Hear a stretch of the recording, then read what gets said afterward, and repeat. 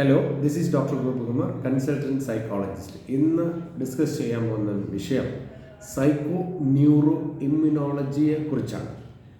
എന്താണ് സൈക്കോ? മനസ്സ്. ന്യൂറോ, ബോഡിയുടെ കെമിക്കൽ കമ്മ്യൂണിക്കേഷൻ സിസ്റ്റം. സിമ്പിളായിട്ട് പറയുകയാണെങ്കിൽ എന്താണ് ഇമ്മ്യൂണോ സിസ്റ്റം? ഈ മൂന്നെണ്ണത്തിൻ്റെ ഇത് മൂന്നും കണക്റ്റഡ് ആണ് എന്നുള്ളതിനെ കുറിച്ചാണ് നമ്മൾ ഡിസ്കസ് ചെയ്യാൻ പോകുന്നത്.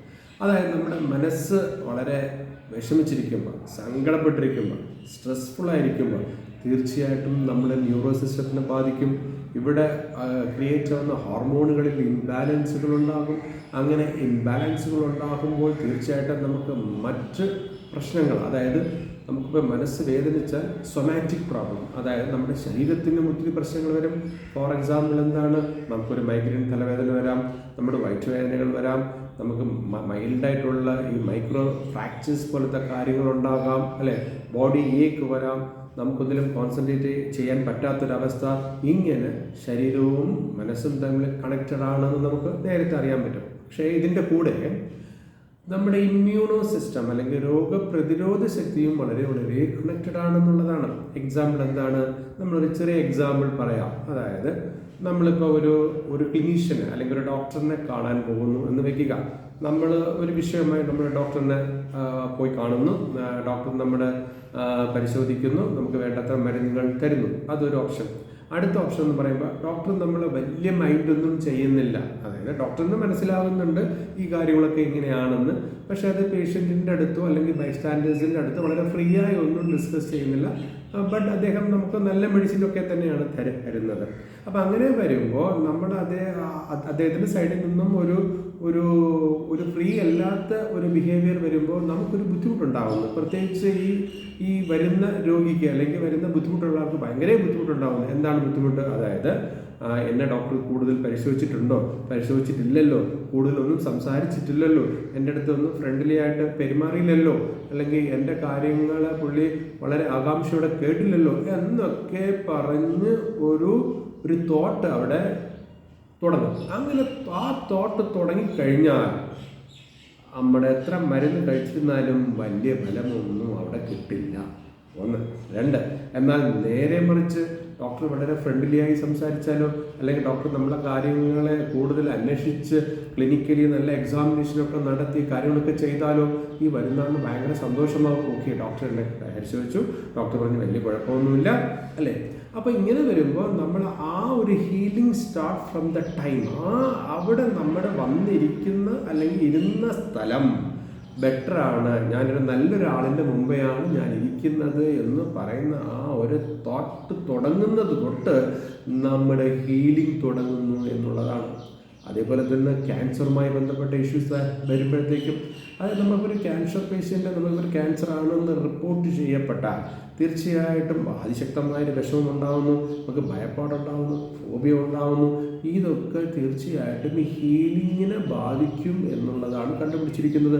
അതുകൊണ്ടാണ് പലപ്പോഴും നമ്മുടെ അടുത്ത് വരുന്ന ആൾക്കാരോട് നമ്മൾ പറയുന്നത്, ധൈര്യമായിരിക്കും, വിഷമിക്കേണ്ട, നമുക്ക് നോക്കാമെന്നേ, വരുമ്പോഴേക്ക് നമുക്ക് കാണാമെന്നേ എന്നൊക്കെ പറയുന്ന നമ്മളൊരു ഹീറോ ആസ് വെൽ ആസ് ഒരു ആൻറ്റി ഹീറോ രണ്ടും വേണം. അങ്ങനെ നമ്മൾ കടത്തിവിടുന്നത്.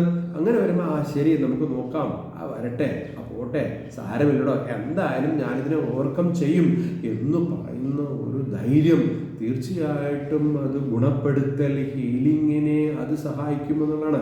അപ്പോൾ സൈക്കോ ന്യൂറോ ഇമ്മ്യൂണോളജി എന്ന് പറയുമ്പോൾ സൈക്കോ മനസ്സ്, ന്യൂറോ എന്ന് പറയുമ്പോൾ ബോഡിയുടെ കെമിക്കൽ കമ്മ്യൂണിക്കേഷൻ സിസ്റ്റത്തിനെ കുറിച്ച് പഠിക്കുന്നത്, മറ്റത് ഇമ്മ്യൂണോ സിസ്റ്റം എന്ന് പറയുന്നത് രോഗപ്രതിരോധ ശക്തി. അതായത് നമുക്ക് ഇമ്മ്യൂണിറ്റി കൊണ്ടുവരുന്ന, നേച്ചുറലി ഇമ്മ്യൂണിറ്റി കൊണ്ടുവരുന്ന ആ സിസ്റ്റത്തിന് വളരെ കൂടുതലായി അത് ബൂസ്റ്റപ്പ് ചെയ്യുന്നുണ്ട്. അപ്പം ഇപ്പോൾ ഭയം കൊണ്ട് ഒരു പ്രശ്നം വരാം. നമ്മളിപ്പോൾ കൊച്ചു കുട്ടികൾക്ക് നേരത്തെ ഇപ്പോൾ കുട്ടികളൊക്കെ ഇപ്പോൾ നാളെ പരീക്ഷയാണ്, അപ്പോൾ ഇന്ന് വൈകിട്ട് കുട്ടിക്ക് ഭയങ്കര പേടി കൊണ്ട് പനി വരുന്നു, ശരിയല്ലേ? നമ്മുടെ ബാക്ടീരിയ വൈറസ് ഒന്നുമില്ല, നമുക്ക് ആ പറയുന്ന ആ ബോഡി അത് റിയാക്ട് ചെയ്യുന്നതാണ്. ആ സിമ്പിൾ എക്സാമ്പിൾസ് നമുക്ക് മനസ്സിലാക്കാൻ പറ്റും. അപ്പോൾ ഭയപ്പാടും നമുക്ക് കോൺഫിഡൻ്റ് ഇല്ലായ്മയും നമ്മുടെ സ്ട്രെസ്സും ഒക്കെ തീർച്ചയായിട്ടും നമ്മളുടെ ഇമ്മ്യൂണോ സിസ്റ്റത്തെ, രോഗപ്രതിരോധ ശക്തിയെ അത് ബാധിക്കും.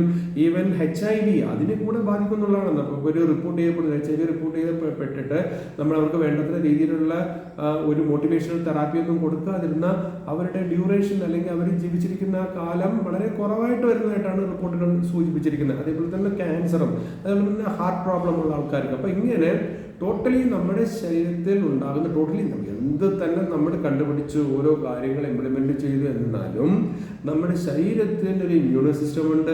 ആ ഇമ്മ്യൂണോ സിസ്റ്റത്തിനെ ബൂസ്റ്റപ്പ് ചെയ്യുന്ന കാര്യങ്ങളാണ് നമ്മളിപ്പോൾ കെമിക്കൽ തെറാപ്പിയിൽ നമ്മൾ കൊടുക്കുന്നത്, അല്ലേ?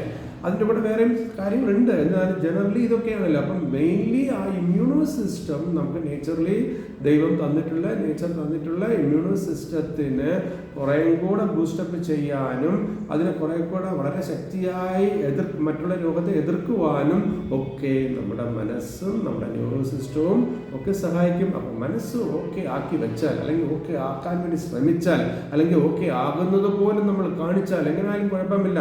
എപ്പോഴും വറീനസ് ആകുമ്പോൾ നമ്മുടെ ഹോർമോണിൽ ഇംബാലൻസ് ഉണ്ടാവും. അങ്ങനെ ഹോർമോണുകളിൽ ഇംബാലൻസ് ഉണ്ടാകുമ്പോൾ, അതായത് നമ്മുടെ ന്യൂറോ സിസ്റ്റത്തിൽ ഇംബാലൻസുകൾ ഉണ്ടായാൽ തീർച്ചയായിട്ടും അത് ഇമ്മ്യൂണോ സിസ്റ്റത്തെ ബാധിക്കും എന്നുള്ളതാണ്. So relation between psycho neuro immunology എന്ന് പറയുന്നത് വളരെ വലിയ പങ്കാണ്.